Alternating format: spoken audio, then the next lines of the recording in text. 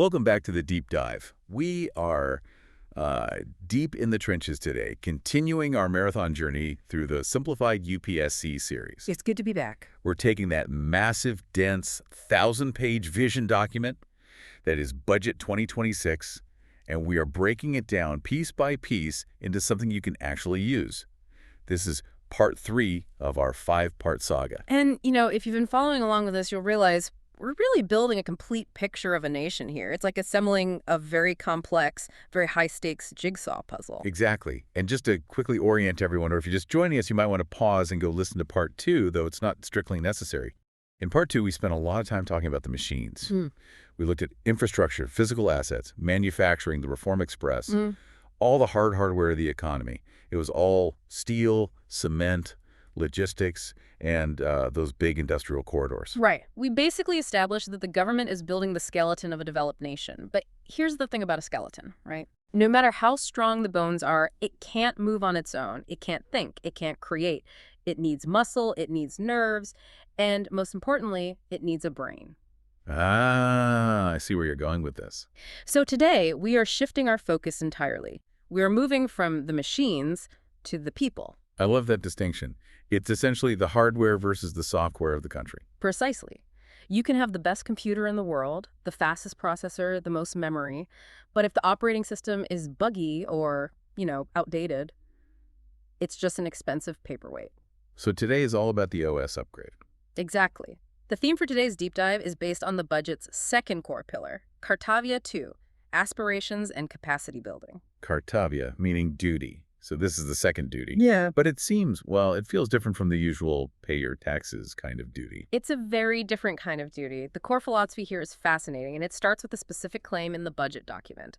It explicitly highlights that through sustained efforts over the last decade, 25 crore individuals have moved out of multidimensional poverty. And that is a staggering number. I mean, You have to just pause and think about that. That's nearly the population of the United States. It's a generation-defining shift. But, and this is the crucial part, the budget seems to be asking a follow-up question. It's asking, okay, they're out of poverty, now what? Right. That is the pivot point, isn't it? The government seems to be arguing that we've moved past the survival phase. Exactly. You're out of the ditch, you aren't starving, you have basic shelter. But just because you aren't poor doesn't mean you are prosperous. There's a huge space between survival and prosperity. The focus shifts from survival to aspiration.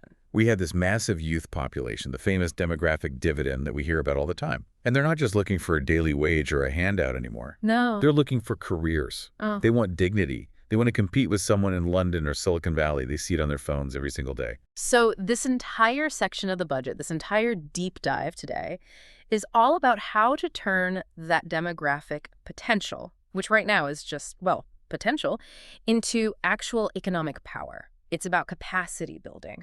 We are upgrading the human capital to match the physical capital we spent all of part 2 discussing. So on the docket today, we're talking about youth, skills, the services sector, and tourism. Yeah. It definitely feels like a much more colorful topic than the industrial corridors we discussed last time. It is. We have a lot of ground to cover. We're going to look at the services superpower ambition, this goal of hitting a 10% global share. Okay. We'll look at the Heal in India initiative, which is a really interesting reframing of healthcare as a job engine. We'll talk about the orange economy, creative arts, gaming, design. The orange economy, I like that. And finally, the experience economy, which covers tourism and sports.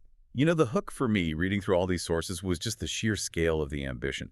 It really feels like the government is trying to transform India's youth from being just job seekers within India into this specialized global workforce for the world. That is the narrative arc. It's not about finding them a job. It's about building them a career that is globally competitive. So let's dive into the first major section, the services sector. Let's do it. So the headline number that jumped out at me immediately, it's right there in bold, was this target, 10% global share in services by 2047. It's a bold target.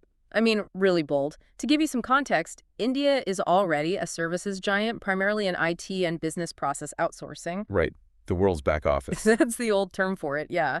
But right now, we hover somewhere around 4% to 5% of the global services trade. So to double that, to command 10% of the entire world's service trade. That requires a massive shift. That's not just incremental growth. Not at all. That requires moving way beyond just writing code or answering phones for Western companies. It means getting into high-value services, consulting, design, R&D, telehealth, global legal services, the whole high-end spectrum. And how do they plan to get there? Because, I mean, setting a target is the easy part. I can say, I want to run a marathon tomorrow, but if I don't have a training plan, I'm just going to hurt myself. Well, the primary mechanism they've announced is the establishment of a high-powered education to employment and enterprise standing committee. Okay, let's unpack this. A committee. I feel like whenever there's a complex problem in government, the solution is always, let's form a committee. Chuckles. Why is this one significant? Why shouldn't our listeners just roll their eyes and say, oh, great, more meetings? I completely understand the skepticism. Usually, committees are where good ideas go to die, right? They produce a report that no one reads. Exactly. But you have to look at the name very carefully. Education to employment. The fundamental problem in India for decades has been a mismatch. We have this massive education system that churns out graduates, engineers, MBAs, arts graduates by the millions. The famous skills gap. The infamous skills gap. The industry turns around and says, they don't have the skills we need. We have to retrain them for 6 months, sometimes a year, before they can do the job properly. So there's a huge amount of wasted time and resources. A huge amount. This committee isn't just about spending money or writing another report. It's designed to be a strategic body, a permanent one, to bridge that gap. Its mandate is to prioritize areas specifically for growth, employment, and exports. It's about market intelligence. So they are essentially the architects of the labor market. They're trying to predict what jobs will exist in 5 or 10 years, and then reverse engineer the education system to fit. In a way, yes. And if you look at the annexure to Part A of the budget, the terms of reference for this committee are quite specific. And the biggest, most flashing red light on their dashboard... It has to be AI. It has to be AI, artificial intelligence. This is everywhere now. You can't have a conversation about the future of work without talking about it. Absolutely not. So, the committee is explicitly tasked with assessing the impact of AI on jobs and skill requirements. And we all know, I mean, it's no secret, AI is going to eat up certain types of low-level service jobs. Data entry, basic coding, level 1 customer support. All of it. Those have been India's bread and butter for 20 years. That's how millions of people got their first step on the economic ladder. And that's the scary part, isn't it? If those jobs go away, we're in serious trouble unless we pivot. And pivot fast. Exactly.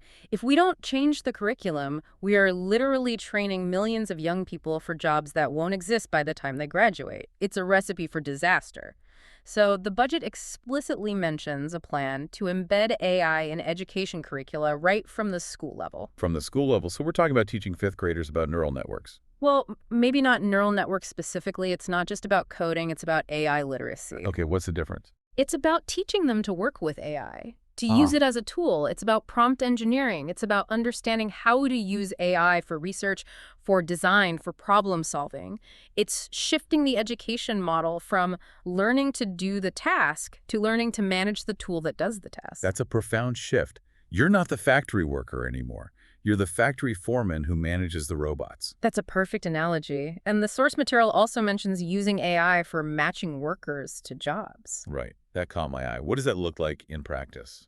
Think of it like a national-scale, AI-driven LinkedIn, but with government backing and real-time data. Imagine an algorithm that knows the specific skill gaps in the global market, say.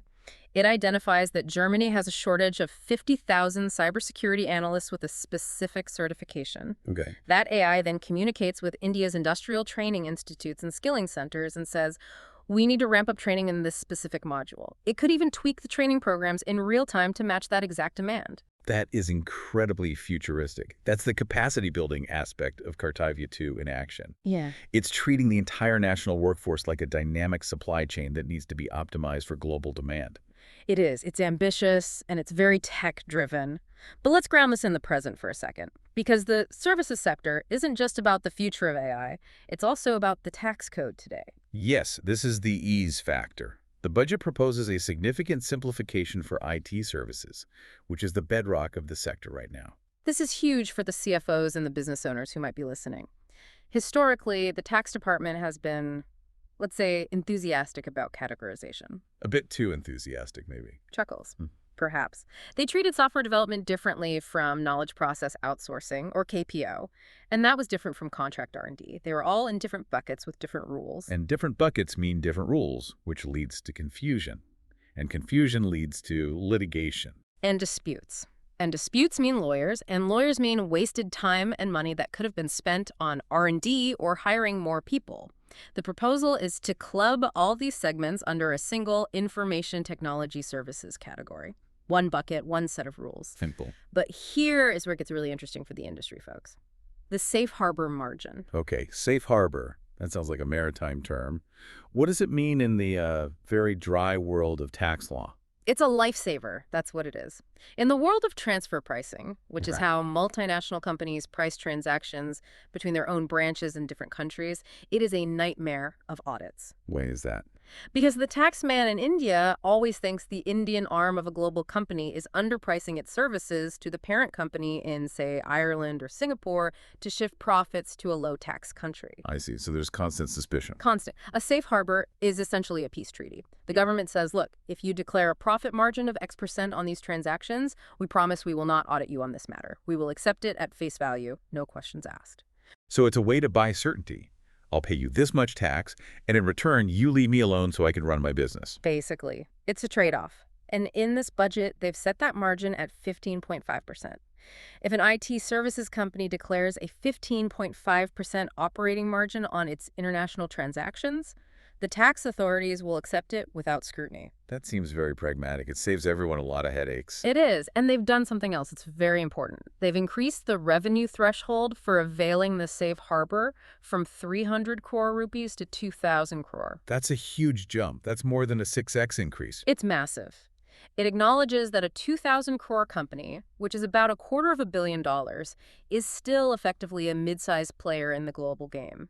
It brings a huge chunk of the Indian IT industry under this protective umbrella. It signals to the world that India wants to reduce tax terrorism, as it's sometimes called. Absolutely. If you want to be a services superpower, you can't have your biggest companies constantly afraid of the tax department. You need them focused on innovation and client acquisition, not on preparing for audits. So, to sum up this section, we have the high-level strategy with the committee, we have the future-proofing with AI integration, and we have the immediate regulatory ease with these tax changes. That seems to cover the digital side of services pretty comprehensively. It does, but there's a very physical, very human side to services too, right? Of course. And this brings us to one of the most, I would say, heartwarming yet economically potent parts of the budget, Heal in India. I love that slogan, Heal in India. It sounds like a tourism campaign, but reading the details, it's actually about creating a whole new class of jobs. It's both, and that's the genius of it. The budget frames healthcare not just as a social service, something the government has to provide because people get sick, but as a massive employment generator. It's turning what is traditionally seen as a cost center for the nation into a profit center. So let's break that down. First, there's the focus on allied health professionals, or AHPs. The budget mentions a target of adding 100,000 of them. Who are these people? Because when I think healthcare, my mind immediately goes to doctors and nurses. That's the common misconception, and it's a critical one to clear up. Think about the last time you went to a hospital for something serious. Maybe you needed an MRI or a surgery. You probably saw a doctor for maybe 5-10 minutes to discuss the diagnosis and the plan. Right, the doctor's time is very limited. So who did you spend the rest of the time with? Well, the nurse, for sure, but also the technician who took the x-ray, the person who drew my blood, the person who prepped the operation theater, the person who checked my eyes before the ophthalmologist came in. Exactly. Those are all allied health professionals. Doctors need support teams. A star surgeon is useless without a skilled anesthesiologist, a brilliant OT technologist, and a precise radiographer. You cannot run a modern hospital with just doctors. And the gap in India has been that while we produce a lot of doctors, we have a massive shortage of these skilled technicians. A huge shortage. The plan is to upgrade existing institutions and build new ones to specifically add 100,000 AHPs over the next 5 years. And the list of disciplines mentioned in the budget is quite specific. Optometry, radiology, anesthesia technology, OT technology. And significantly, don't miss this one, applied psychology and behavioral health. That stood out to me as well. It's an explicit recognition of the growing mental health crisis, not just in India, but globally. It is. And it's also smart economics. Globally, the demand for mental and behavioral health professionals is skyrocketing. By training people in these specific high-demand verticals, we are creating a workforce that is not just for India, but is also exportable. So if the UK's National Health Service has a shortage of radiographers, which they famously do, India wants to be the country that fills that gap. Precisely. It connects back to that global workforce idea. And these are not low-skilled jobs. You need significant training to run an MRI machine or manage anesthesia during surgery. You can't just walk in off the street. This is real capacity building. And alongside the AHPs, there's a parallel focus on what the budget calls the care economy. This seems to be about preparing for a demographic reality that is hitting the whole world. Yes, aging. We always talk about India's demographic dividend, our youth. But the flip side is that the rest of the world, especially the developed world, is getting old. Fast. And eventually we will too. But right now, the contrast is stark. Japan, Western Europe, even China are aging rapidly. Their populations are top-heavy, they have the money, but they physically cannot take care of their elderly. They need caregivers. And that's where India comes in. That's the plan. The budget proposes training 1.5 lakh, that's 150,000, multi-skilled caregivers in the coming year alone. I noticed the curriculum described for them isn't just nursing, it's much broader. No, and that's the specific Indian angle they are taking, which I think is very clever. These are NSQF-aligned programs. That stands for the National Skills Qualifications Framework, so they're standardized and certified. And they combine core care duties like medication management, mobility assistance with wellness, yoga, and the operation of modern assistive devices. So you're creating a holistic caregiver, someone who can help an elderly person with their medication, but also guide them through some gentle yoga for mobility, and also know how to manage their high-tech hearing aid or their smart mobility walker. Correct. It's a very 21st century caregiver. It's positioning Indian youth to be the compassionate, skilled caregivers for the world. And think about it. This is a job that AI cannot easily replace. That's a powerful thought. You can use AI to diagnose disease from a scan, but you cannot use AI to hold someone's hand, to listen to their stories, or to help them get out of bed with dignity. Empathy is the currency here. Empathy is the currency. I like that. And speaking of the world coming to India, let's talk about medical value tourism. This is the other side of the Heal in India coin. This is Heal in India, quite literally. The scheme involves launching 5 regional medical hubs in partnership with the private sector. What does a medical hub actually look like? Is it just a really big hospital? It's much more than that. It's an ecosystem. The budget describes them as integrated complexes. So imagine a massive campus. In the center, you have the top-tier JCI-accredited medical facilities for complex surgeries, cardiac, oncology, transplants, joint replacement. The core medical service. Right. But surrounding that, you have educational units for training these allied health professionals we just talked about. You have research centers pushing the boundaries of medicine. And they specifically mentioned facilitation centers for foreign patients. Yes. This is key. If you are flying from, say, Kenya or Bangladesh or even the UK for a complex surgery in India, the surgery itself is only one part of the stress. You need help with the visa, you need translation services, you need safe and affordable accommodation for your family who traveled with you. You need someone to manage the whole process. Exactly. These hubs are designed to provide that seamless end-to-end experience. It's treating the international patient not just as a patient, but as a valued customer who needs a full service package. That makes a lot of sense. And significantly, these hubs will also house AYUSH centers. Right, our traditional knowledge systems. Ayurveda, yoga, Unani, Siddha, homeopathy. The budget seems to be doubling down on this, not just as a domestic practice, but as a global export. How so? They are setting up 3 new all-India institutes of Ayurveda. But honestly, the building of new institutes isn't the most important part for me. The most critical piece is the focus on quality control. Oh.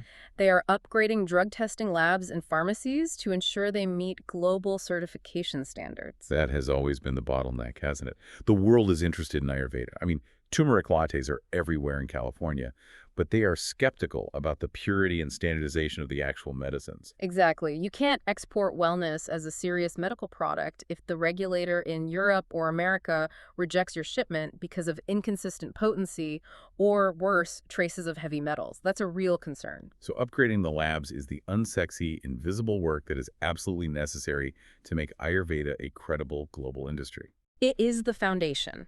Without global quality standards, it remains a niche alternative practice. With them, it becomes a multi-billion-dollar export industry. They're also upgrading the WHO Global Traditional Medicine Center in Jamnagar to be the global hub for this kind of work. So on one hand, we have cutting-edge modern medical tech in these hubs, and on the other, we have ancient wisdom, both being standardized and packaged for a global audience. And both are creating high-value jobs. That's the common thread. Moving on from health, let's look at the foundation of all this capacity building, education and science. We've seen a lot of infrastructure talk in Part 2, but Part 3 introduces a new concept, university townships. Yes, this is a very interesting urban planning and education concept rolled into one. The idea is to create 5 of these university townships, but the key is their location near major industrial and logistic corridors. So why there? Why near the industrial corridors? Why not just put them in the nice, leafy parts of existing cities? It goes directly back to that mismatch problem we started with. If you put the university right next to the massive manufacturing hub or the IT park, you create a powerful feedback loop. Like an ecosystem. It's the cluster theory of economics, in practice. The students can intern at the factories and tech companies. The factory engineers and software architects can come and teach as guest faculty at the university. You blend academia, research, and skill centers with residential complexes. So it creates a complete ecosystem, a knowledge city, effectively. You live, learn, and work all in the same integrated space. It sounds a lot like how Stanford University grew up right next to what eventually became Silicon Valley, or how the biotech hub in Boston is clustered around MIT and Harvard. Proximity matters for innovation. You want the PhD researcher and the startup founder bumping into each other at the local coffee shop. That's where ideas happen. Now, within education, there was one specific intervention for women in STEM that I found really practical and, frankly, quite brilliant. It wasn't a scholarship or new quota. It was just bricks and mortar. The girls' hostels? Yes. The plan to establish a girls' hostel in higher education STEM institutions in every single district. It seems like such a small detail in a massive budget, but it addresses a very specific and very real hurdle. The budget document itself notes that prolonged lab hours often make it difficult for women to stay in science. Right. If you're a researcher in biology or chemistry or physics, you can't just clock out at 5 p.m. Experiments run late. Sometimes they run overnight. And in many parts of the country, if a young woman doesn't have safe, secure on-campus accommodation, her family might simply say, "It's too risky. We're not comfortable with you being out so late. Come home." And just like that, a promising scientific career can end. So this removes the friction. It's a logistical solution to a deep-seated social problem. It ensures that brilliant talent isn't lost simply because of a lack of a safe room to sleep in at night. That's exactly it. It's leveling the playing field in a very tangible way. And then from the very practical, we go to the very awe-inspiring. We have the cool factor of science. We're talking about astronomy. Yes, the budget allocates significant funds for setting up or upgrading 4 major telescope infrastructure facilities. We have the National Large Solar Telescope, the National Large Optical Infrared Telescope, The Himalayan Chandra Telescope and the Cosmos 2 Planetarium. a whole suite of new eyes on the universe. Now, I have to ask the devil's advocate question here. We just spent a lot of time talking about people coming out of poverty. Yeah. We have massive infrastructure needs. Why are we spending what must be a huge amount of money on giant telescopes to look at distant stars? It's a completely fair question, but you have to look at the aspirations part of the theme. A nation that only ever looks down at its feet will never fly. Astronomy does 2 critical things. Okay, what's the first one? First, it promotes basic fundamental science. The technology you have to develop for a world-class telescope, the advanced optics, the ultra-sensitive sensors, the massive data processing required to handle the information, that technology often trickles down into other industries. The classic spin-off argument. Like how NASA's work on miniaturization for the Apollo program ended up in our phones and medical devices. Precisely. The technology developed for seeing distant galaxies can end up improving medical imaging here on Earth. So there's a real, tangible R&D benefit. But the second reason is, I think, even more important. And that is? It inspires. You need these cathedrals of science to get kids excited about physics and math. The budget explicitly mentions creating immersive experiences. It's about sparking that curiosity that leads to the next generation of scientists and engineers. You don't get a generation of rocket scientists by showing them a dusty textbook. You get them by showing them a stunning, high-resolution image of the rings of Saturn. That's a fair point. From looking at the stars to looking at her screens, let's talk about the orange economy. The creative economy. Yeah. This is a sector that is often overlooked in traditional economic planning, but it is absolutely massive, and it's driven by youth. And the budget zeroes in on AVGC, animation, visual effects, gaming, and comics. This is a sector that has just exploded globally, and India has a natural advantage with its storytelling traditions and its massive pool of young, tech-savvy talent. The budget projects that the industry in India will need 2 million professionals by 2030. 2 million. That is a massive workforce. That's more people than are in the entire Indian army.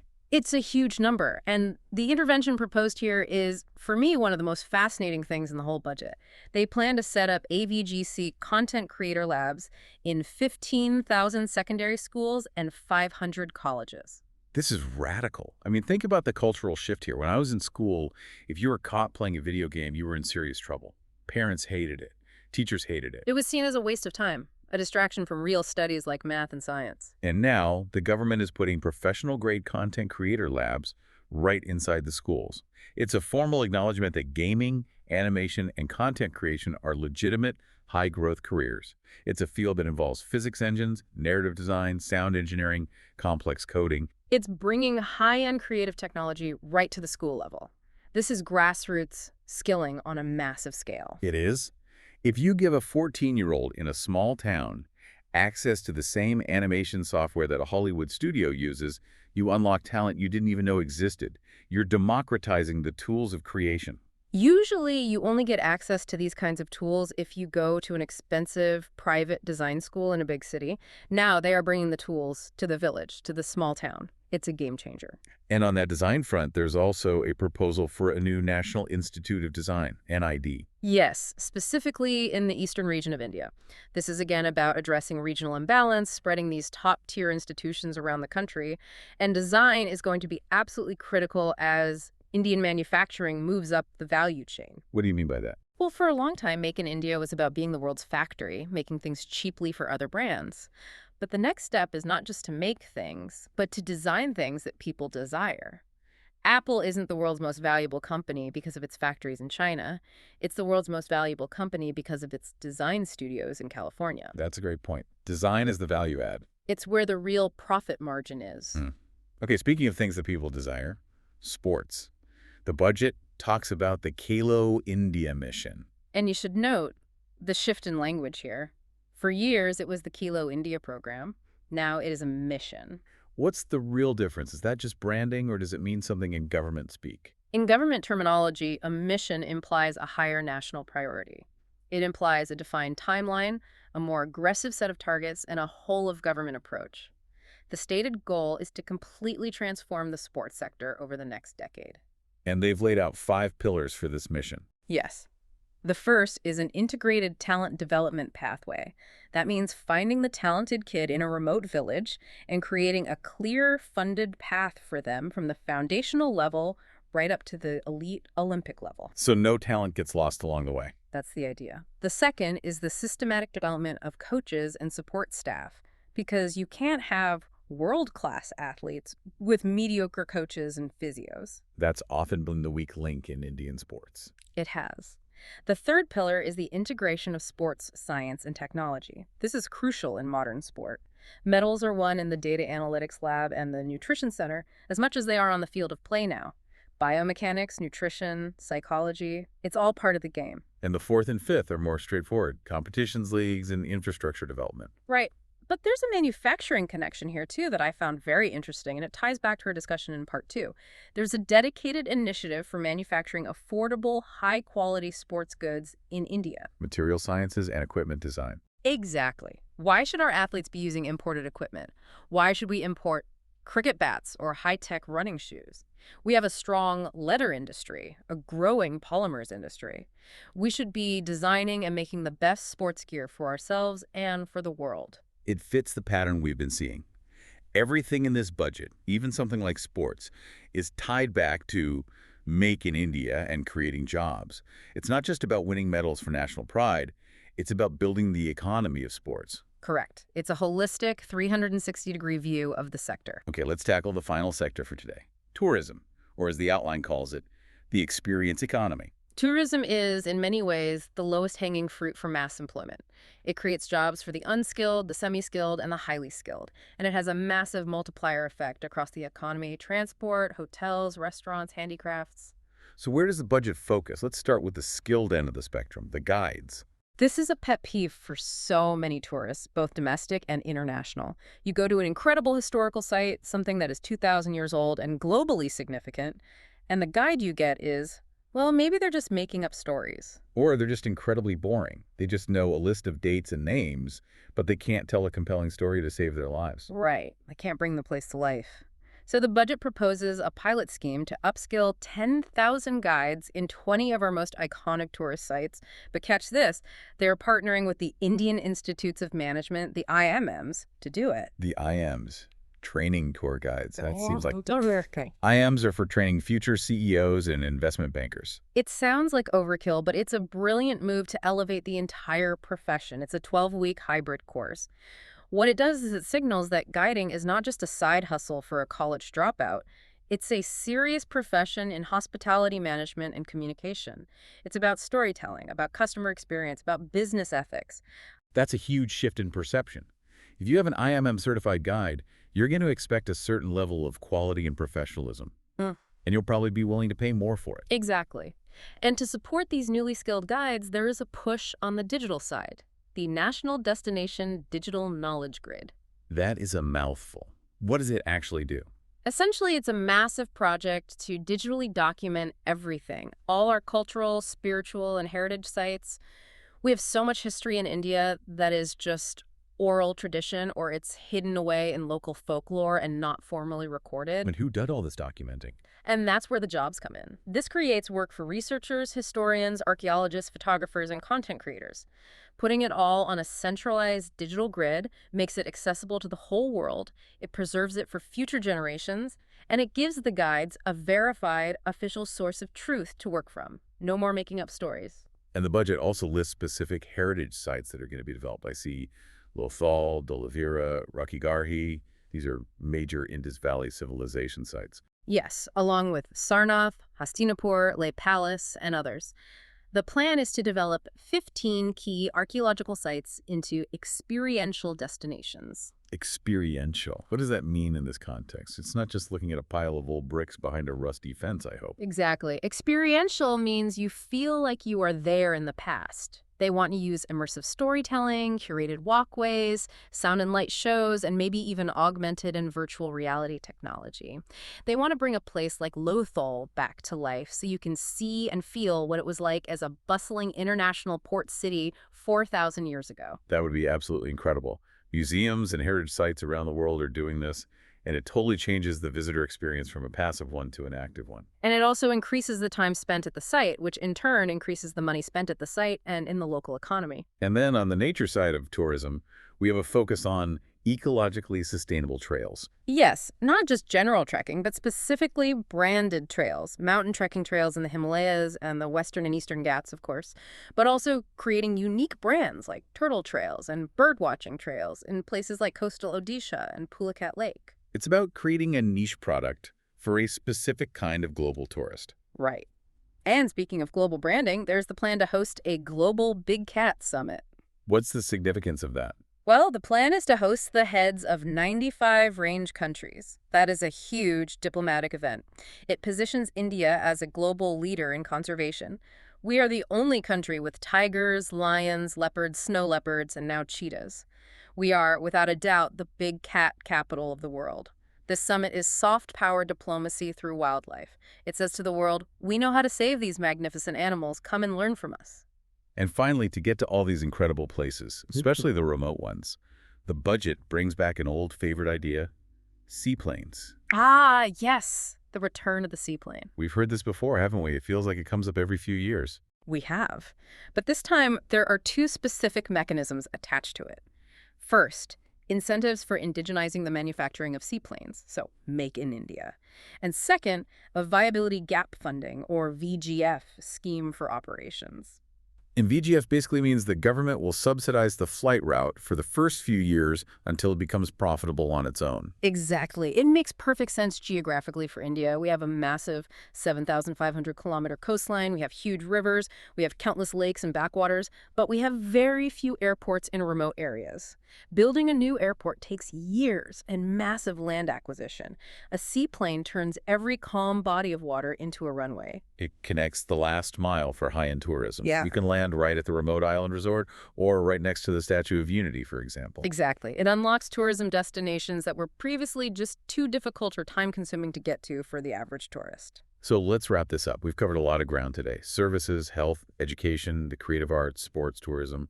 A very diverse set of topics. Right. But if you synthesize all of Part 3, the shift in focus is crystal clear. Part 2 was about building the physical world. Roads, ports, factories. Part 3 is about building careers. It's about taking that raw demographic dividend and giving them the specific tools, whether that's an AI curriculum, a sports science lab, or an IIM certification for a tour guide, to be productive and prosperous in the 21st century. The narrative arc of this whole series is really coming together now. Part 1 was the high-level overview. Part 2 was the physical hardware, the machines. And Part 3 today was the human software, the people, and their aspirations. And that leads us perfectly into the next episode, the next piece of the puzzle. Right, because we have the factories, and we now have a plan for the skilled youth to work in them. But what about the food on the table? What about the 60% of India that still lives in the villages and works the land? That is the heart of India. Next time, in Part 4, we are going to the villages. We're going to talk about agriculture, rural development, and the fundamental economy that still sustains us all. I can't wait. But before we sign off, here's a final provocative thought for you to consider. This budget envisions 100,000 new allied health professionals and 15,000 gaming labs in schools. Is this the moment that India finally begins to move from being the world's back office, doing the routine support work, to becoming the world's creative studio and the world's care center? It's a potential transition from servicing to serving and creating. It would be a fundamental shift in our national economic identity. Something to chew on. Thanks for listening to this deep dive into Kartavya 2. Make sure you subscribe so you don't miss Part 4 when we head to the rural heartland. We'll see you then.